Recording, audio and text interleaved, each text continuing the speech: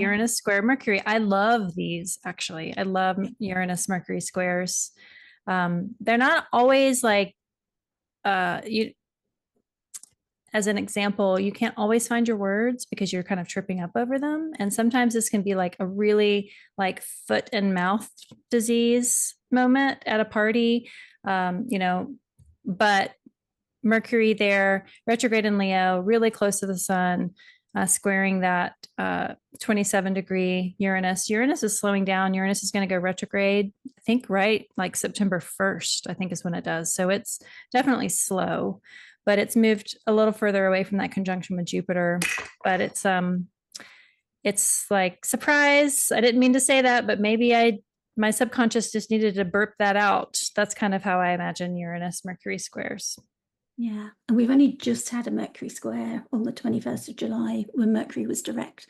So that might give you some insight if you had anything happen around that date that changed things for you, then you might find there's more likelihood of a redo now. But if you didn't, then you're good to go. Was that the same day as the full moon? Yes. Yeah. Yeah. I mean, again, it was like all happening at once, wasn't it? So it gets hard to pick everything apart of what's happening with which. Yeah, well, I'm just remembering. So in the States, we had one of our presidential candidates decline to continue running on that day. But I feel like that was that full moon in an old man Saturn sign of Capricorn.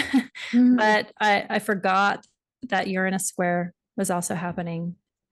So yeah, I wonder just, if it happened once then when it was direct and it's happening again on August 18th, if there's going to be something that speaks to that same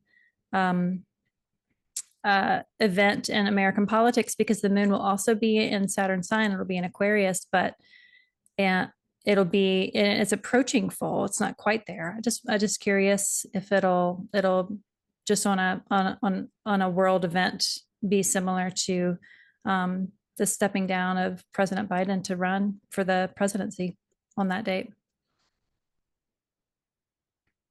Well, we've just had this stuff come up with Trump's running mate, right? With JD Vance. Yeah, that could be interesting. Yeah, and I would pay attention politically. Maybe it's not the States. Maybe it's another country that has some sort of,